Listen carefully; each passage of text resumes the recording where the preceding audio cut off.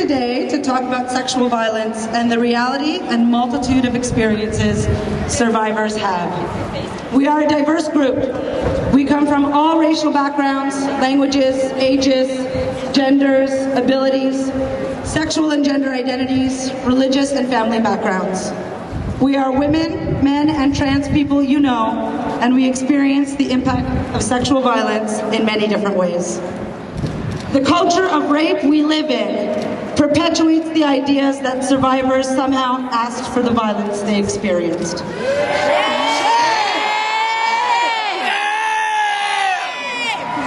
Thus, this culture of violence says that there is some way to prevent it. I am here to remind the Toronto Police and all of us who perpetuate sexism against women that we are not responsible for sexual violence happening.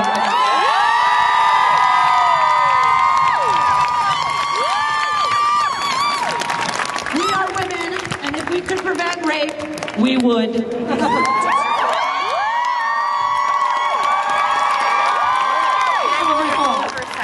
The Toronto Police continually judge, shame, and blame survivors by the very nature of believing and sharing with the community that there are ways in which you can prevent rape. For example, not dressing like a slut.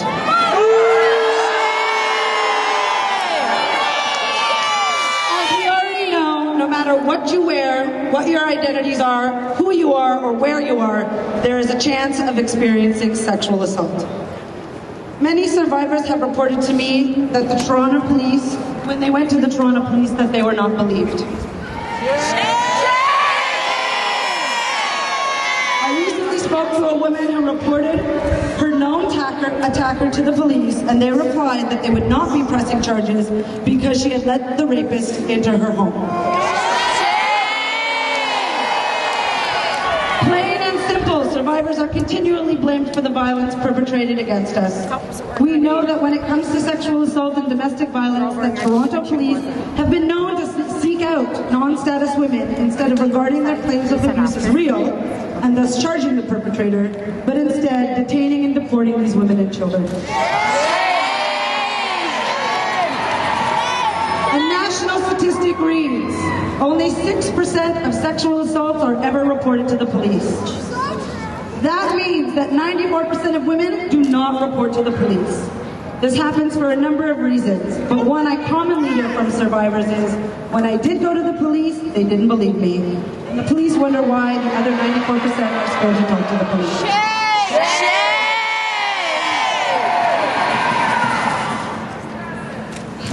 No justice, no peace, that's right.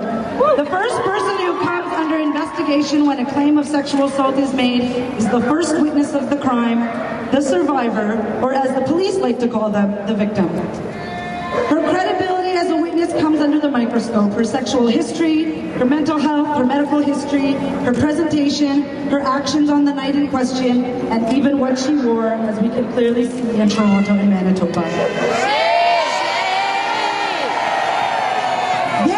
Perpetuate a culture of rape and violence, and where survivors can be blamed for sexual violence occurring in their own homes, workplaces, bars, washrooms, and anywhere sexual assault happens.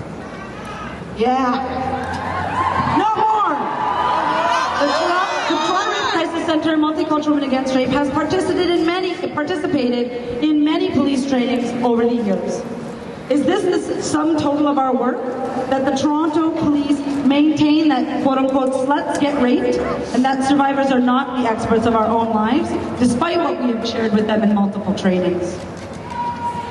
The only people who can stop violence are the ones who act in violent ways and sexually assault women.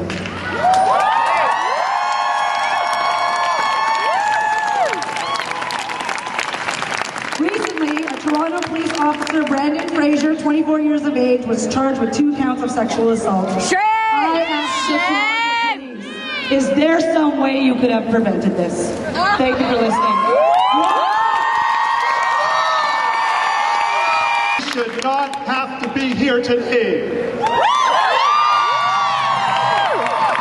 No woman on our campuses should ever have to think twice about staying late at the library. No woman city should ever have to watch over her drink at a bar. No woman in this province should ever have to worry that her no might be heard as a yes. No woman in this country should ever have to worry that what she wears could be seen as an excuse by some men, some judges, or some police officers. And no woman anywhere in this world should ever be stigmatized, be blamed, or be punished if a man sexually assaults her.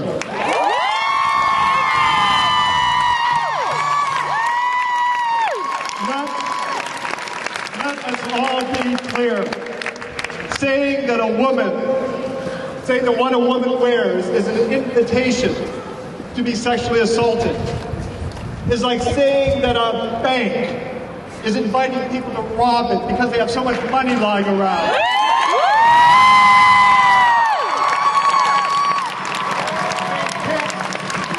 Can't you just see the scene in court? Sorry, Judge, I couldn't help myself. The bank was flaunting all of its money. You know, we're here today, though, not only to condemn, not only to educate, but we are here to celebrate. We are here to celebrate the women across Canada and around the world who have given a resounding no to all forms of sexual violence.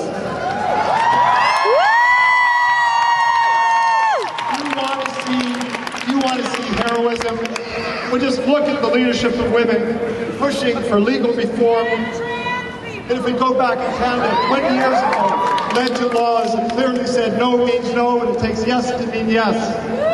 Look at the heroism of women who, against tremendous opposition and ridicule, have provided services and support for women who have been assaulted, who have experienced other forms of violence at the hands of a man. If you want to see heroism, look at the women who have refused to be silenced and told the world about the crime they experienced. And look at the continued leadership of women who champion relationships that are free of violence or the threat of violence. We are here today because since the rise of feminism, women have celebrated their sexual autonomy, their right to sexual self-determination, their right to sexual pleasure, free of physical coercion, emotional coercion, governmental coercion, social or religious conversion.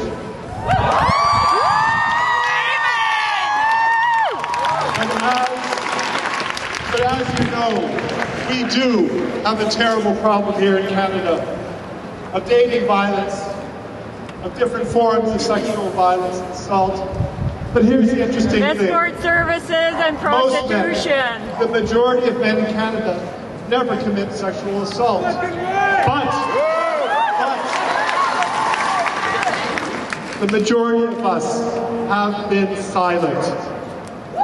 Until that silence, we allow the violence to continue. It's time for men to step up to the plate.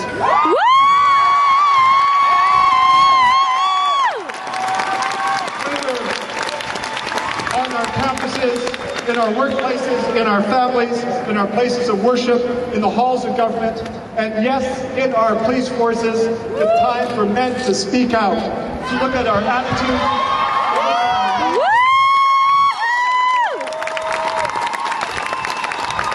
look at our behavior and our jokes. Now when we do this, when we say men have got to speak out, it's not to replace the leadership of women. It's not to say, all right girls, we've got it under control. It's not that at all. Rather, it is because as men we have a responsibility to speak out to other men. We have a responsibility to say to our brothers, our friends, our fathers and our sons, our colleagues at work, the guys we play hockey with, it's critical that we listen to the voices of women. It's important that we as men speak out. Why? Because men, why? Because men look to other men to define what it means to be a man. It's critical that men speak out.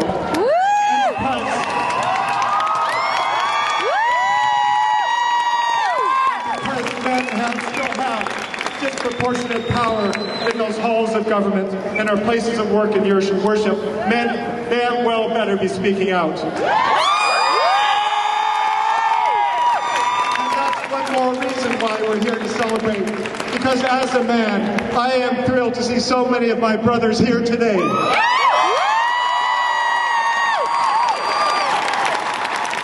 I'm also inspired as a man to see men around the world raising our voices in solidarity with our sisters.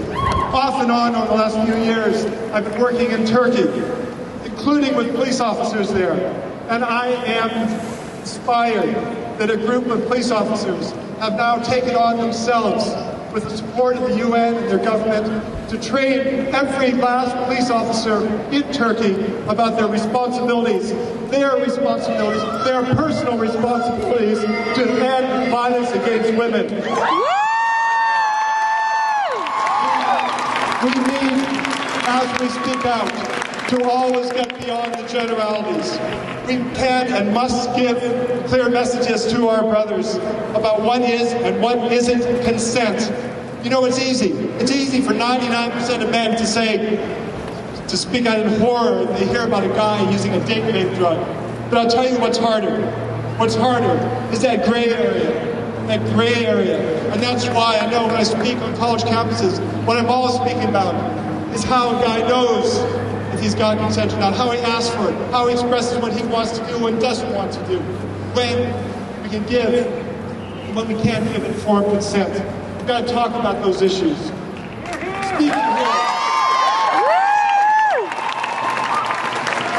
Speaking here in celebration, I'm reminded of speaking at a rally in Namibia, in Southwest Africa.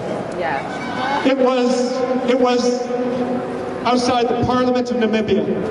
There was a new law that was being introduced to Parliament, and it was a law that for the first time in Namibia, rape by a husband of a wife, rape within marriage, was going to be a crime, finally. Here's what happened. What happened is that all the media said that this proposed law was something that only some women supported, but men didn't support. So you know what happened? A group of men gathered outside Parliament that day wearing white women's shirts, and they said, we said as men, we are here to support this law. We are here as men to call for an end, call on our brothers to end sexual assault, and as men to say we want healthy relationships. We want relationships based on autonomy, independence, and respect.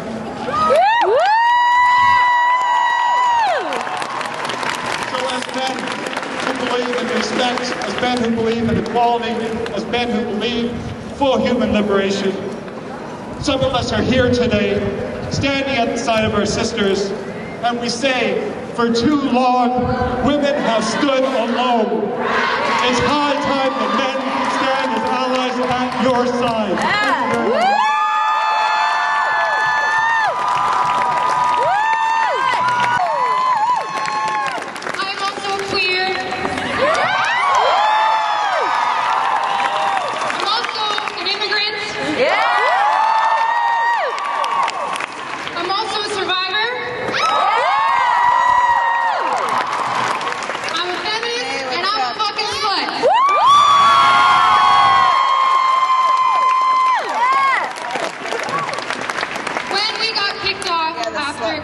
After the incident on the York campus, we said an apology is not enough. We don't want lip service. We want change.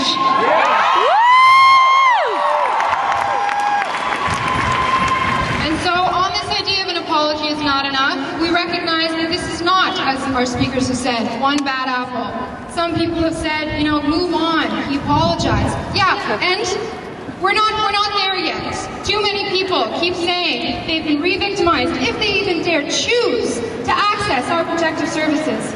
No more!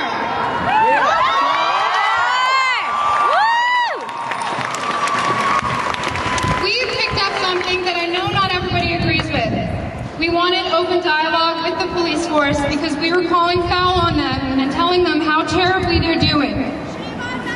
In doing so, we have been in communications with them and gave them 3 solid, clear requests of what we wanted in demanding change.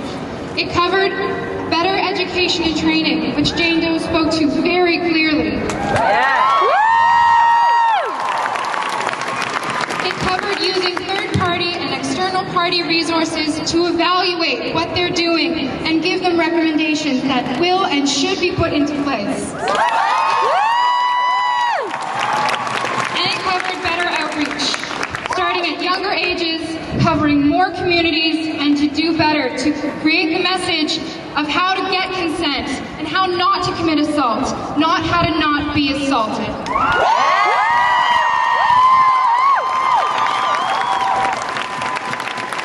So we sent our requests. I don't see a police representative here. They declined.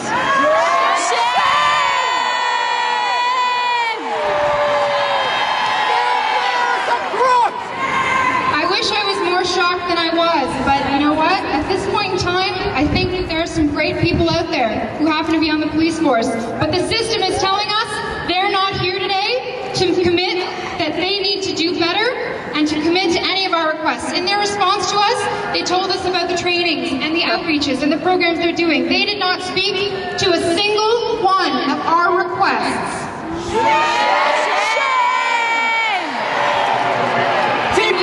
Extremely disappointed that they are absent here today to not speak at all.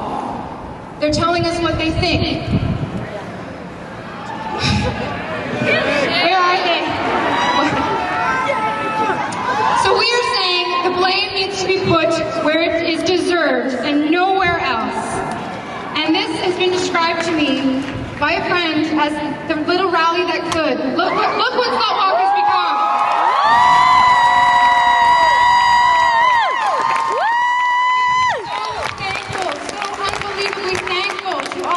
That have supported us, the people who have allied with us and aligned with us and stood in solidarity, our volunteers, our organizers, our speakers. We are trying to be representative of so many communities. We're not doing it all really well. We can definitely improve, but we are here on behalf of everybody, regardless of their status, their profession, sex workers, trans people, every gender expression, every ability.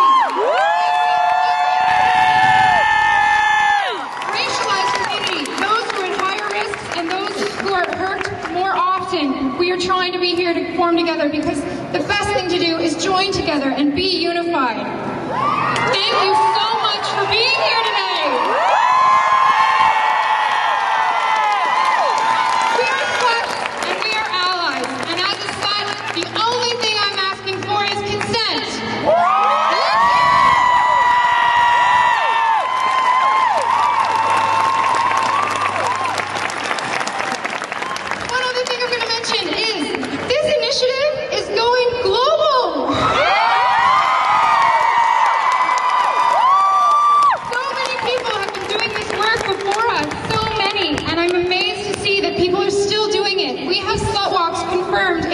Try to remember them all.